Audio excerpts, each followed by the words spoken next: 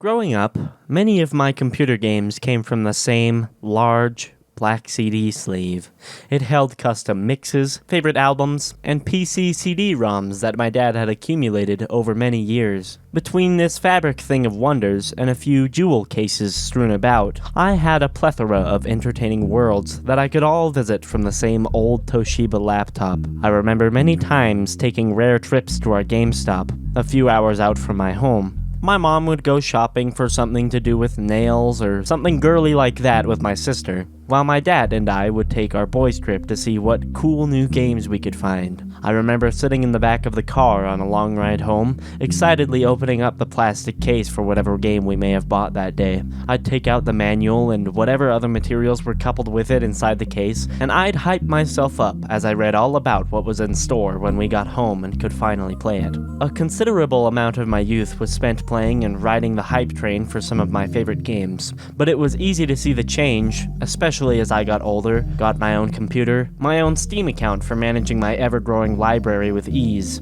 It was a slow and very steady change, and it reached more into other parts of my life as time went on. Movies, TV shows, music, all these things were starting to morph, and slowly shift to the digital realm, and abandon the physical one. Being in a somewhat behind town has made this all the more confusing. Everything was still available to us as it had always been, but for much of the world, a lot of these physical avenues of owning and consuming media was slowly being eroded away.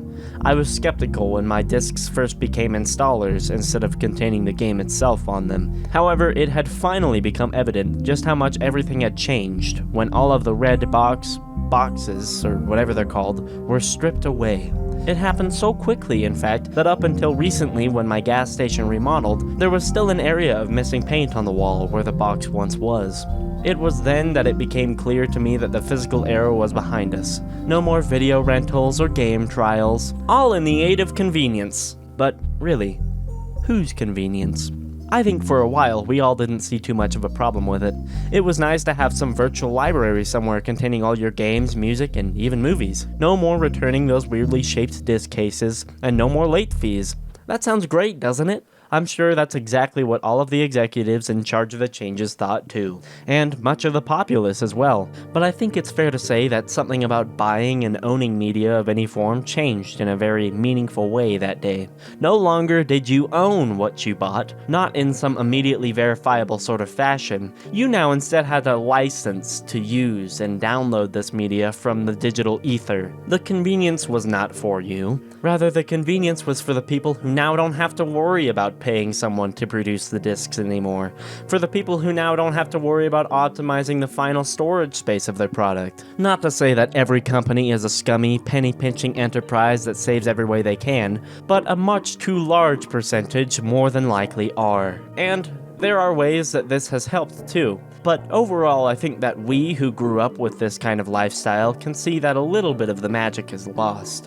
While I definitely won't stop playing games anytime soon, and I certainly won't stop buying new ones, I can be hopeful that someday there might be some kind of return to this tactile form of entertainment that we once knew. Especially given how it seems so many people around my age range are all feeling the same way about these same things. So, hold out hope, maybe. For now, try to cherish every little nuance about your way of life now. All of the small things you enjoy day to day.